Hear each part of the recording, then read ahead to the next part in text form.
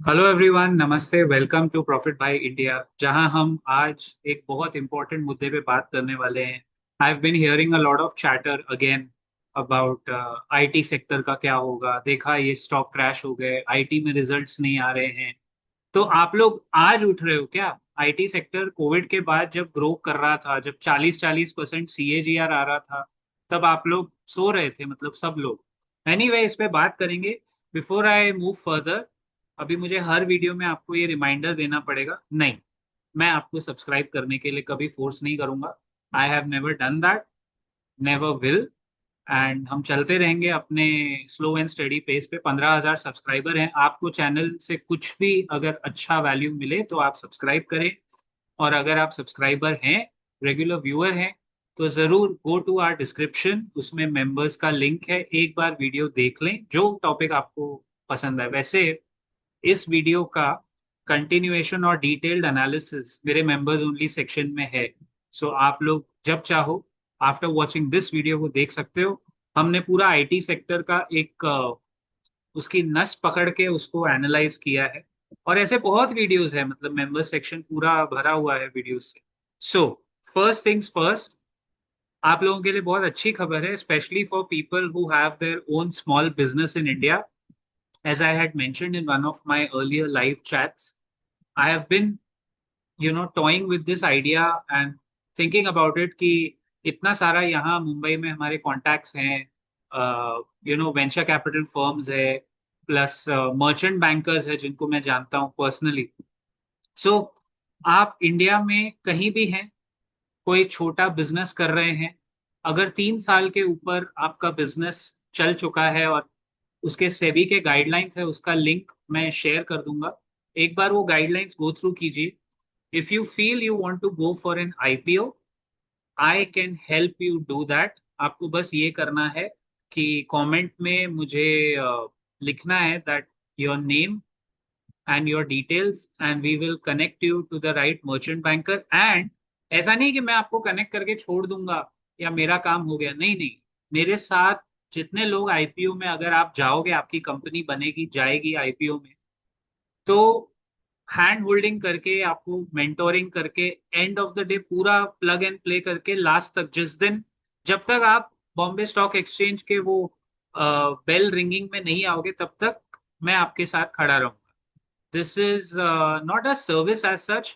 I want to see small businesses list in our markets, क्योंकि जब सब लोग मार्केट में लिस्ट हो रहे हैं, छोटी छोटी कंपनीज हैं, मतलब at the cost of, again speaking the truth, fraudulent companies जब लिस्ट हो रही है, तो अच्छे मेहनती देश के कोने कोने से छोटी बिजनेसेस क्यों नहीं लिस्ट हो सकते? लिंक में आप जो इस वीडियो का पिंड कमेंट देखोगे, उसमें सेबी का लिंक है कि what are the criteria for small Indian businesses या companies to list and go for an IPO. वो लिंक एक बार चेक कर लो, देखो आप क्वालिफाई करते हो कि नहीं। And if you want to go for an IPO, this is a very good time. Market valuations are very real, euphoria नहीं है बाजार में। ये अच्छा टाइम है प्रोसेस शुरू करने का, क्योंकि आईपीओ जाना है तो प्रोसेस शुरू करके उसको एंड तक ले जाने में 6 से 9 महीने लग सकते हैं, शायद ज्यादा टाइम भी लग सकता है, depending on your paper work. आपकी एक रजिस्टर्ड कंपनी होनी चाहिए, रजिस्ट्रार ऑफ कंपनीज में उसकी एंट्री होनी चाहिए, और कम से कम 3 साल पुराना आपका धंधा होना चाहिए। छोटी सी कंपनी कुछ भी आप कर रहे हो, this is a golden time, you should make money. और उसके क्राइटेरिया एक बार पढ़ लेना। ये आज से एक न्यू मुहिम है जो मैं चला रहा हूँ। I really have a vision. मुझे इस अप्रैल से अगले अप्रैल 2027 के बीच में, मैं चाहता हूँ, मतलब मेरी मदद से कम 10 कंपनीज हम लोग मार्केट में लिस्ट करें। इट्स अ वेरी एम्बिशियस गोल, लेकिन 10 कंपनीज को टारगेट करेंगे तो कम से कम 5 लिस्ट हो जाएंगी। और 5 भी लिस्ट हो गई तो ठीक है, देखो, क्योंकि लिस्टिंग के बाद आपको जरूरत पड़ेगी, इंडिपेंडेंट डायरेक्टर्स लगेंगे, एक ऑडिटर लगेगा, तो वो सब का एक इकोसिस्टम है। I will as a person connect you to everything. और मैं सच बताऊं, मुझे इसके एवज में या इसके रिटर्न में आपसे कुछ नहीं चाहिए। थोड़ा चीजी लगता है ना सुन के। I won't take any commission, I won't take anything from you guys. मुझे आपसे कुछ नहीं चाहिए, मुझे बस आपकी ब्लेसिंग्स, आशीर्वाद, और गुड विशेस चाहिए जिससे हम लोग बस और लोगों की मदद कर सके, because everything can not be bought by money, there are some people who can not be bought by money. हर चीज पैसे से अगर खरीदी जा सकती तो आज दुनिया में इतनी लड़ाइयाँ क्यों होती, सोचने की बात है ना। एनीवे, आगे बढ़ते हैं। आईटी सेक्टर आज के वीडियो का मूल मुद्दा है।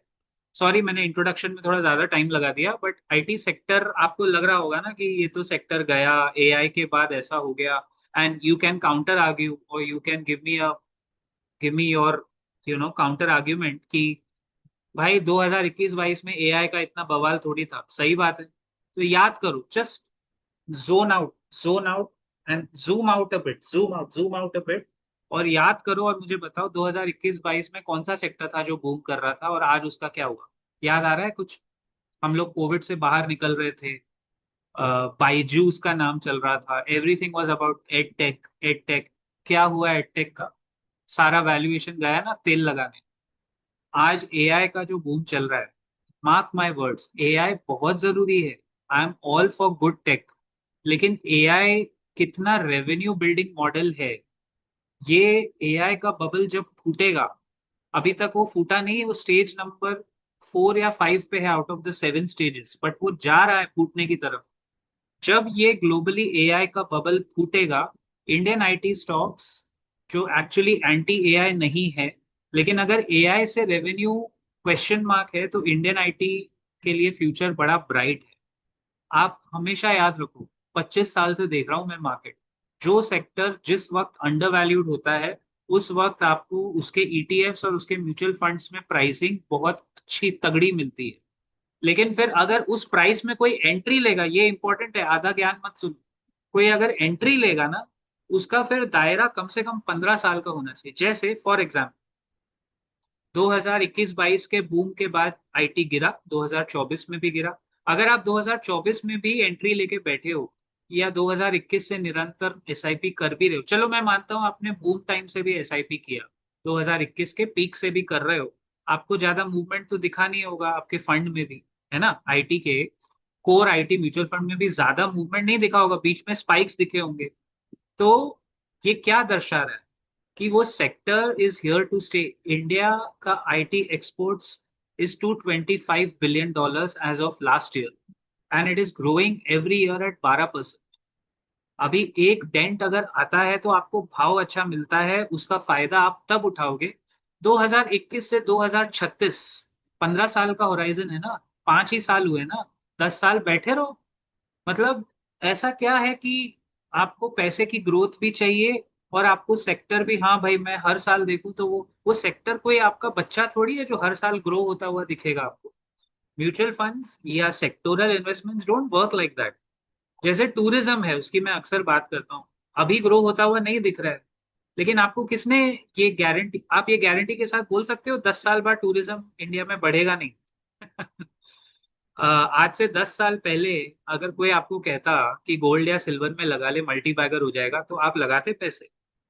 गोल्ड तो ग्रो नहीं कर रहा था, सिल्वर का तो कोई बवाल ही नहीं था, और रियल एस्टेट तो बिल्कुल डाउन था फ्रॉम व्हाट आई अंडरस्टैंड। आज देखो तीनों सेक्टर कहाँ पहुंच गए।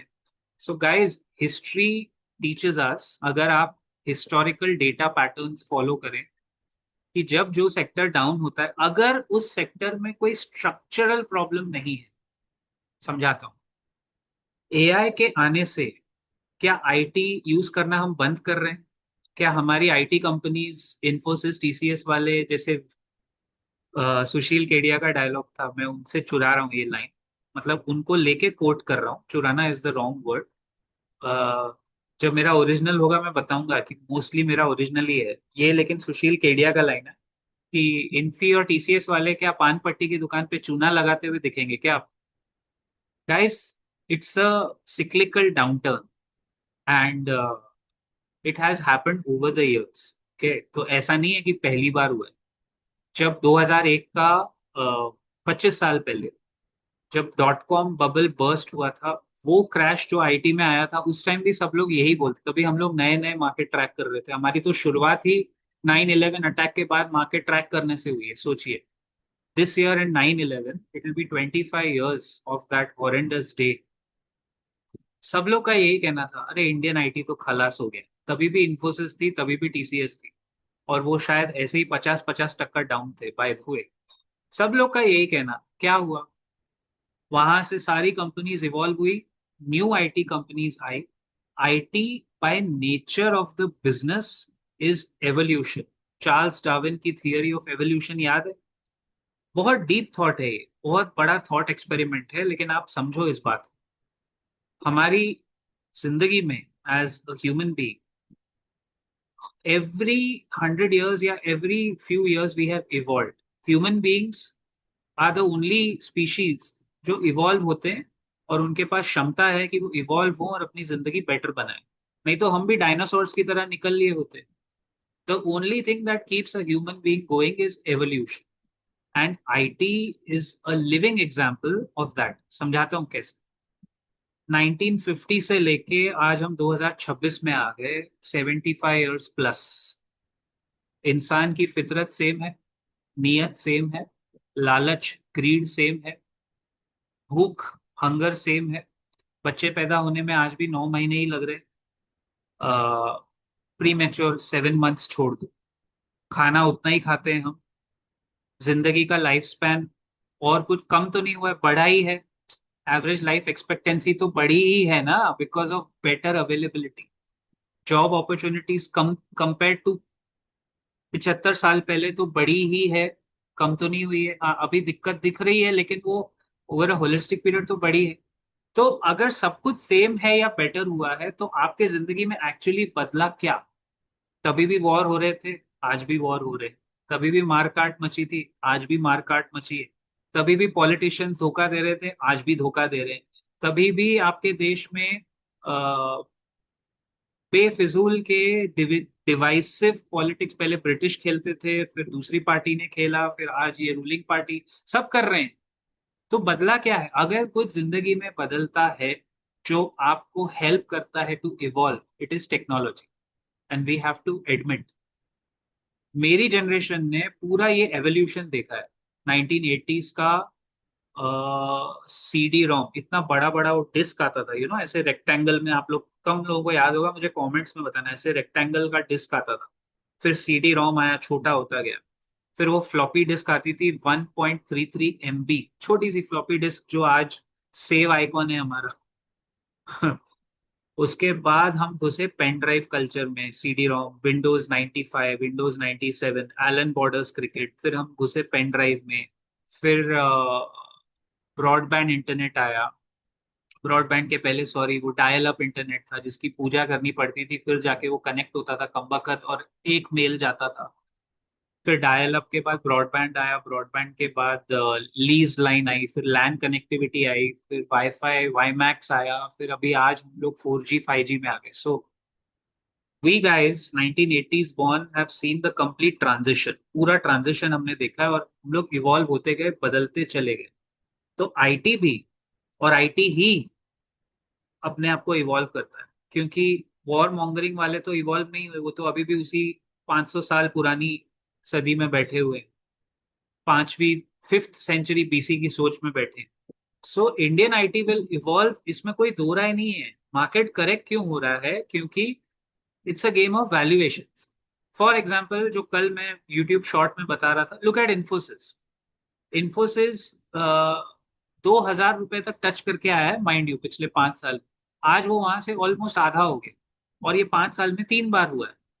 तो अगर कंपनी के अर्निंग्स पे थोड़ा प्रेशर आ रहा है, तो स्टॉक प्राइस इमिडिएटली करेक्ट हो रहा है। और एक पॉइंट आएगा जब अर्निंग्स थोड़ी हल्की हल्की बढ़ेगी और प्राइस अंडर वैल्यूड होगा। यही एफआईआईज जो आज मुड़ के भाग रहे हैं, यही भाग भाग के वापस आएंगे। तो ये सिक्लिकल स्ट्रक्चर है। And if you are invested in an IT sectoral mutual fund, जिसमें आप लमसम नहीं एसआईपी कर रहे हो, मैं अपने टर्म्स बहुत क्लियरली बता रहा हूँ। अगर आप उसमें एसआईपी कर रहे हो, तो आप तो हर डाउनसाइड कैप्चर कर रहे हो। इससे बेटर क्या चीज है? वो म्यूचुअल फंड वाला आपको क्या लगता है स्टॉक्स लेके बैठा रहेगा? नहीं, वो बदलता रहेगा, वो एवोल्यूशन में बदलता रहेगा।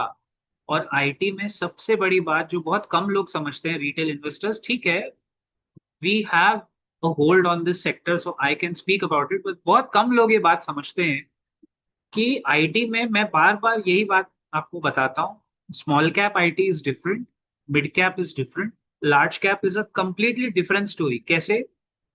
एक स्मॉल कैप आईटी के जो क्लाइंट बेस होता है ना, see it's like a micro influencer, nano influencer and बड़ा Raj Shamani type large cap influencer. तो जो माइक्रो इन्फ्लुएंसर होता है उसके उसका जो रिलेशनशिप होता है अपने सब्सक्राइबर्स के साथ वो बहुत पर्सनल होता है।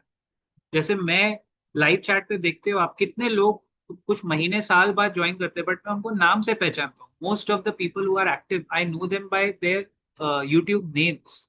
और वो जोक मुझे याद रहता है। अभी ये ऊपर वाले की थोड़ी मेहर है कि थोड़ी याददाश्त अभी तक बची हुई है, अच्छी है। तो उनका लास्ट क्या स्टॉक था, क्या जोक था, या क्या हमारा कुछ बैंटर था, वो मुझे याद रह जाता है। लेकिन Raj Shamani will not be able to remember all his subscribe. वैसे ही वही लॉजिक वही है स्मॉल कैप स्टॉक्स में। उनके कस्टमर तीन चार पांच होते हैं, लेकिन वो रिश्ता बहुत गहरा होता है। And even in the bad times जो स्मॉल कैप कंपनीज के आईटी वालों के कस्टमर है वो छोड़ते नहीं है। थोड़ा ऑर्डर वैल्यू कम कर देंगे, थोड़ा बोलेंगे ठीक है पेमेंट डिले कर देंगे। तो small cap IT will correct more but it will bounce back faster. And mid cap IT और ज्यादा स्टेबल। फॉर एग्जाम्पल एक कोई बाय सेल रिकमेंडेशन नहीं, लुक एट बिरला सॉफ्ट। मैं हमेशा इस स्टॉक की बात करता हूँ। बोरिंग लगता है ना, लेकिन पैसे तो बना रही है कंपनी। पिछले एक साल में बॉटम टू टॉप उसने कम से कम तीन चार बार 10-10 12-12 टक्का दिए। इस बार भी हमारे मेंबर सेक्शन पे डिस्कस हुआ था ये, और मैं आप सबको बता रहा हूँ कि as a training case study 395 exact वो लेवल था जहां 395 मैंने कहा था कि यार इसके आगे इसको रेजिस्टेंस। सिंपल है, कहाँ सपोर्ट है कहाँ रेजिस्टेंस है, बीच में आपका एक बेसिक ट्रेड बनता है पोजिशनल। आप बिलीव नहीं करोगे in a falling sector Birlasoft जो 50 टक्का, खुद कंपनी डाउन है 50 टक्के से ज्यादा, उसमें सिर्फ दो आइटरेशंस में हमने और काफी हमारे मेंबर्स ने जिनमें कन्विक्शन होगा 20-22% एटलीस्ट वो मूवमेंट देखिए। 22% in the last 7-8 months। We are beating Warren Buffett in terms of price calculation movement. 350 360 से लेके 395। आप देख लेना स्टॉक का प्राइस और चार्ट। तो अगर स्टॉक्स में ट्रेड करना है तो इससे बेटर तो कोई चीज ही नहीं है। और अगर आप बोलोगे निवेश करना है तो एक ऑफशूट आपके पास आईटी का वैसे भी होना ही चाहिए। भाई इंडिया का हाईएस्ट एक्सपोर्टिंग सेक्टर है। 225 बिलियन डॉलर हमारे आईटी का एक्सपोर्ट है दुनिया भर में। 1/4 ऑफ अ ट्रिलियन डॉलर्स। मतलब मेरे हमारे जीडीपी साइज का 225 बिलियन कितना हुआ? अगर हमारा 4 ट्रिलियन का जीडीपी है, उसका 225 अगर हम निकालेंगे तो it's should be more than 5.5% of our GDP easily. या ऑब्वियसली 5.5% हो गया ना जीडीपी का एक्सपोर्ट। पूरे देश के GDP export to GDP ratio से ज्यादा हम, मतलब सऊदी अरेबिया का जो ऑयल एक्सपोर्ट है उससे ज्यादा इंडिया का आईटी एक्सपोर्ट है।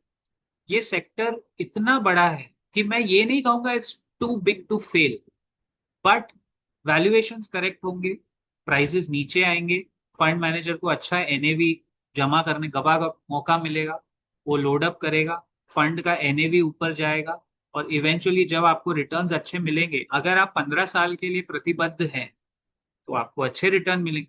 15 साल आज से मत करो, एकदम पीक टू पीक पकड़ो आप, जबकि वो अनफेयर है। 2021-22 का जो पीक था वहां से 15 साल तो पकड़ो। तो ये तो इन्वेस्टिंग में चलता रहेगा। आप पास्ट एग्जाम्पल मैंने आपको बताया ना, रियल एस्टेट, गोल्ड, सिल्वर, ये 2015-16 के जो लेवल्स थे कोई पूछने वाला नहीं था। सेम दुर्गति थी जो आज आईटी में है। लेकिन आज तीनों चल गए ना पोस्ट कोविड, रीजन कुछ भी हो। जब आपका दायरा इन्वेस्टिंग में बड़ा होता है ना, तो ये छोटी मोटी चीजें अपने आप फिर छुप जाती है। They don't come across as problems. Of course there are structural changes, AI की वजह से डिस्ट्रप्शन हुआ है। लेकिन 1985 में जब कंप्यूटर्स आए थे तो सबने बैंक वालों ने हड़तालें की थी, नेशनलाइजेशन हुआ 1969 में हुआ, फिर 85 में वापस ये प्रॉब्लम आया। तभी मार्केट्स इतने एक्टिव नहीं थे। सोचो तभी भी आईटी को अडॉप्ट किया गया और बैंक वाले कंप्यूटर्स पे काम करने लगे। नहीं तो बात तो ये हो रही थी computers will take away job. वैसे ही AI will become a part of the ecosystem of Indian IT. The world does not have a cheaper alternative to Indian IT. They have to rely on Indian IT because China's IT systems are very expensive still compared to Indian IT.